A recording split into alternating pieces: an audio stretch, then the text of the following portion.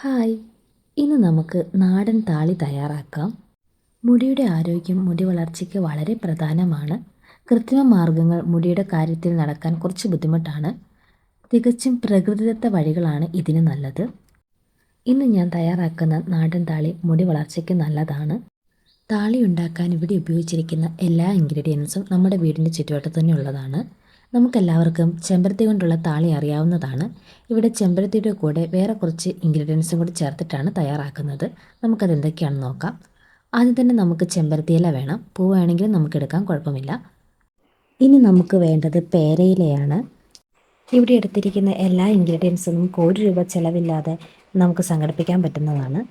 പേരയില കഴിഞ്ഞ് നമുക്കിനി വേണ്ടത് കറിവേപ്പിലയാണ്. കറിവേപ്പില എടുത്തു അങ്ങനെ. പിന്നെ നമുക്ക് വേണ്ടത് പനിക്കൂർക്കയിലയാണ്.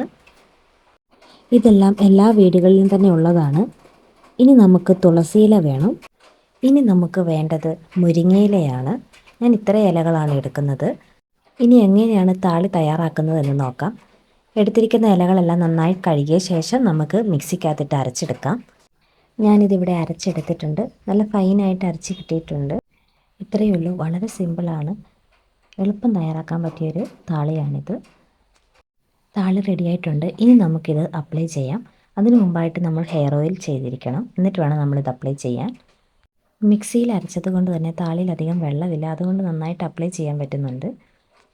നിങ്ങൾ സാധാരണ എങ്ങനെയാണോ താളി അരയ്ക്കുന്നത് അതുപോലെ തന്നെ ചെയ്യാം. മിക്സി വേണം തന്നെ ഇല്ല. കല്ലിലാണെങ്കിൽ കല്ലിൽ തന്നെ അരച്ചെടുത്താൽ മതി നമുക്ക്. പിന്നെ ഈ താളി ആഴ്ചയിൽ 1 ദിവസം ഉപയോഗിക്കുന്നതായിരിക്കും നല്ലത്. കാരണം ഇപ്പം മഴക്കാലമായതുകൊണ്ട് തണുപ്പിറങ്ങാൻ ചാൻസ് ഉണ്ട്. അതുകൊണ്ട് നമ്മൾ 1 ദിവസമൊക്കെ ഉപയോഗിച്ചാൽ മതി. പിന്നെ നമ്മൾ ഈ തയ്യാറാക്കുന്ന താളി ഫ്രിഡ്ജിൽ വെച്ച് സൂക്ഷിക്കാവുന്നതാണ്. മുടിയുടെ കറുപ്പ് കൂടാനും അകാലനര ഒഴിവാക്കാനും താരനകറ്റാനും കഴിയും. മുടി വളർച്ച ഇരട്ടിയാക്കാനും ഈ താളി സഹായിക്കും. താളി തയ്യാറാക്കാൻ എടുത്തിരിക്കുന്ന ഓരോ ഇൻഗ്രീഡിയൻസും മുടി വളർച്ചയ്ക്ക് വളരെ സഹായകരമാണ്. ഇത് നമ്മുടെ സ്കാൽപ്പിലും അതുപോലെ തന്നെ മുടിയിലും അപ്ലൈ ചെയ്യാം.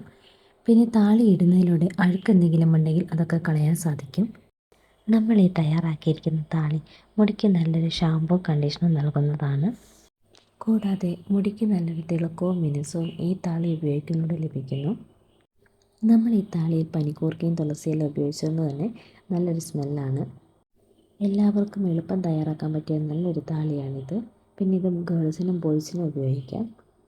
മുടി വളരാനും അതുപോലെ തന്നെ മുടി കൊഴിച്ചിൽ കുറയാനും എല്ലാം ഈ താളി നല്ലതാണ്. പിന്നെ നമ്മൾ ഈ താളീൻ്റെ കൂടെ വേറെ എന്തെങ്കിലും ഇൻഗ്രീഡിയൻസ് ഉണ്ടെങ്കിൽ അത് നമുക്ക് ചേർക്കാവുന്നതാണ്.